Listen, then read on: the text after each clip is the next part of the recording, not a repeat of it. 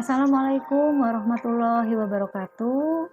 Bertemu kembali dengan Ibu Yusi. Pada kesempatan kali ini Ibu akan menjelaskan bagian yang kedua atau part 2 tentang pembelahan sel. Jika minggu lalu kalian sudah paham tentang pembelahan sel, baik itu pembelahan secara amitosis, pembelahan secara mitosis maupun pembelahan secara meiosis, maka pada kesempatan kali ini Ibu akan melanjutkan materinya masih di dalam pembelahan sel, yaitu tentang gametogenesis. Sebelum membahas tentang gametogenesis, kita review sekali lagi terkait dengan pembelahan sel. Kalian ingat ya bahwa pembelahan sel terjadi pada sel prokariotik maupun sel eukariotik. Nah, baik, kita lanjutkan. Sekarang kita akan bahas tentang gametogenesis. Nah, gametogenesis yang akan kita bahas yaitu gametogenesis pada hewan dan manusia serta gametogenesis pada tumbuhan. Kita bahas yang pertama dulu, gametogenesis pada hewan dan manusia. Gametogenesis ini terdiri atas spermatogenesis dan oogenesis. Nah, kalian harus tahu yang dimaksud dengan spermatogenesis yaitu proses pembentukan sperma di dalam testis. Sedangkan oogenesis yaitu proses pembentukan sel telur di dalam ovum. Nah, paham ya? Kita lanjutkan dulu. Kita lihat di bagannya bagaimana spermatogenesis itu. Nah, kita lihat di sini ada bagan tentang spermatogenesis.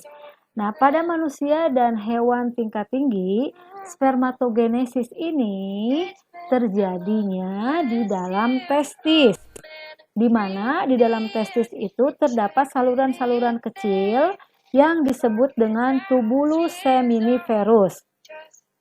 Nah, pada tubulus seminiferus ini itu terdapat sel-sel induk sperma yang dikenal dengan spermatogonium. Ini ya. Nah, jadi ini adanya di dalam tubulus seminiferus. Nah, spermatogonium ini mengandung 46 kromosom. Nah, ini ada 46 kromosom dalam keadaan diploid atau 2N. Nah, 46 kromosom ini terdiri dari 44 autosom atau kromosom tubuh dan 2 kromosom sel kelamin. Maka jumlahnya ada 46. Ya, sekali lagi jadi 46 kromosom ini dalam keadaan 2N atau diploid itu terdiri dari 44 autosom dan 2 kromosom sel kelamin. Nah, si spermatogonium ini mengalami perkembangan dan membentuk spermatosit primer. Ya, dia mengalami perkembangan membentuk spermatosit primer, masih dalam keadaan 2N atau diploid. Nah, setelah itu dia akan membelah secara meiosis. Nah, si spermatogonium ini akan membelah secara meiosis, menghasilkan 2 buah sel spermatosit sekunder. Ya, dia akan menghasilkan, si meiosis ini akan membelah menghasilkan 2 sel spermatosit sekunder. Kalian perhatikan, asalnya 2N diploid, maka setelah membelah menjadi haploid atau N. Nah, si sel spermatosit sekunder ini karena dia sekarang menjadi haploid itu mengandung 22 autosom dan 1 kromosom X. Selain itu, yang satunya lagi, ini si spermatosit sekunder yang satunya lagi mengandung 22 autosom dan 1 kromosom Y. Nah, selanjutnya tiap-tiap sel spermatosit sekunder membelah secara meiosis yang kedua. Kalau tadi kan yang pertama nih, meiosis yang pertama, nanti akan ada pembelahan meiosis yang kedua. Nah, menghasilkan 4 spermatid. Ya, ini menghasilkan 4 spermatid ketika mengalami meiosis yang kedua. Nah, 2 spermatid mengandung 22 autosom dan 1 kromosom X. Biasanya 22 autosom itu ditulisnya 22A. Dan 1 kromosom X biasanya ditulis dengan X. Dan 2 spermatid mengandung 22 autosom dan 1 kromosom Y. Jadi setiap spermatid mengalami pematangan atau maturasi menjadi spermatozoa atau sperma dan terjadilah pembentukan akrosom. Nah, akrosom ini adalah bagian kepala atau bagian ujung setiap spermatozoa ya. Akrosom ini ya bagian kepala atau ujung dari spermatozoa. Akrosom itu mengandung suatu enzim yang disebut dengan enzim proteinase dan hyaluronidase. Lalu si enzim ini baik enzim proteinase dan hyaluronidase ini fungsinya adalah untuk menembus lapisan pelindung sel telur. Dari salah satu sentriolnya terbentuk flagel. Nah, peristiwa inilah yang disebut dengan spermatogenesis. Betul ya, itu adalah tentang spermatogenesis. Lalu kita lanjut dengan oogenesis. Nah, proses oogenesis itu berlangsung di dalam ovarium. Biasanya si proses oogenesis ini didahului oleh pembelahan mitosis sel induk ovum yang disebut dengan oogonium. Nah, pembelahan secara mitosis ini menghasilkan oosit primer, ya, menghasilkan oosit primer. Dia masih dalam kondisi diploid. Lalu oosit primer ini mengandung 44 autosom dan 2 kromosom X. Biasanya ditulis 44A dan XX. Kalau tadi kan spermatogenesis XY. Kalau untuk oogenesis XX.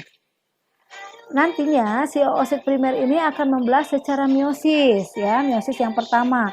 Pada meiosis yang pertama membelah menjadi sebuah sel besar yang disebut dengan oosit sekunder. Ini ya, oosit sekunder.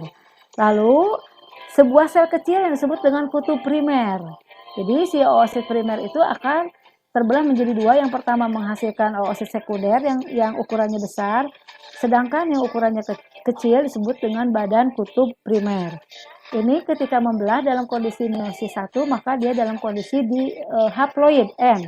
Ya, ini N. Asalnya diploid menjadi haploid.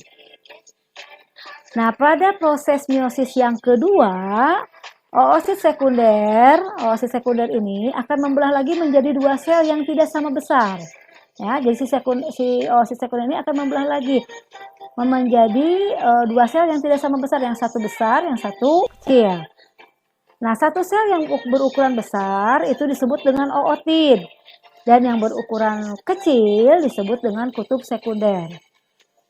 Nah, badan kutub primer juga mengalami meiosis yang kedua. Sama ya, yang ini juga sama mengalami meiosis yang kedua. Dia ketika mengalami meiosis yang kedua menghasilkan dua sel kecil badan sekunder. Ini ukurannya sama, berbeda dengan yang tadi. Yang tadi ukurannya satu besar, yang satu ukurannya kecil. Nah, dengan demikian, pada akhir meiosis yang kedua akan terbentuk 4 buah sel ya, akan terbentuk 4 buah sel.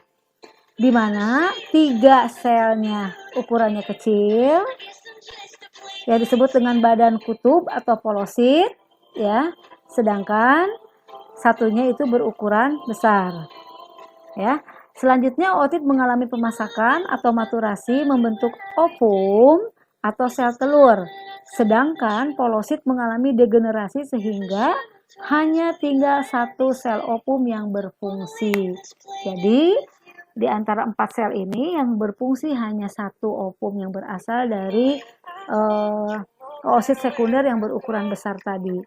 Ya, kalau yang 3 ini dia mengalami degenerasi ya, tidak akan berfungsi. Nah, itulah gametogenesis yang terjadi baik pada hewan tingkat tinggi maupun pada manusia. Kita lanjutkan dengan gametogenesis pada tumbuhan. Nah, gametogenesis pada tumbuhan, di sini khususnya tumbuhan berbiji, itu meliputi mikrosporogenesis dan makrosporogenesis. Ya, atau makro itu namanya megasporogenesis. Nah, kita lihat dulu yang makrosporogenesis. Nah, makrosporogenesis atau nama lainnya megasporogenesis itu merupakan proses pembentukan ovum dalam ruang bakal biji. Ya. Nah, megasporosit yang diploid mengalami meiosis. Ya, dia akan mengalami meiosis, menghasilkan 4 sel megaspora yang haploid. Jadi dia akan menghasilkan 4 megasel yang haploid ya. Lalu setelah itu 3 sel megaspora mengalami degenerasi dan mati ya, sehingga tersisa 1 sel megaspora atau kandung lembaga muda. Jadi dari 3 ini nanti yang akan hidup hanya 1 saja. Yang biasanya si 1 sel megaspora ini adanya di dalam nukleus atau badan sel. Nah, inti megaspora yang tersisa kemudian akan mengalami mitosis sebanyak 3 kali tanpa diikuti oleh sitokinesis, sehingga 1 sel megaspora akan mengandung 8 inti ya.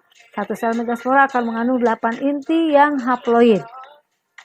Dari 8 inti tersebut, 4 berada di dekat mikrofil dan 4 lainnya berada di arah yang berlawanan dengan mikrofil. Gitu ya, itu untuk makrosporogenesis atau megasporogenesis. Nah, bagaimana dengan mikrosporogenesis? Nah, untuk mikrosporogenesis itu adalah proses pembentukan serbuk sari atau mikrospora dalam kepala sari atau antera. Nah, proses mikrosporogenesis dimulai dengan meiosis 1 dan meiosis yang kedua. Dari mikrosporosit atau sel induk serbuk sari menjadi 4 mikrospora yang haploid yang disebut dengan tetrad. Ya, 4 mikrospora yang disebut dengan tetrad. Nah, mikrospora kemudian melakukan pembelahan karyokinesis menjadi nukleus generatif dan nukleus saluran serbuk sari. Nah, di sini intinya bisa generatif maupun intinya vegetatif. Jadi intinya generatif dan vegetatif. Inti generatif kemudian membelah menjadi 2 sperma yang generatif. Sedangkan inti vegetatif pada masa pembuahan hanya menuntun sperma ke ovum dan sperma akan membuahi ovum menjadi zigot. Nah, itu untuk yang mikrosporogenesis. Oke, bagaimana keterkaitan meiosis dengan fertilisasi pada makhluk hidup? Nah, ini kita lihat di sini keterkaitannya ya.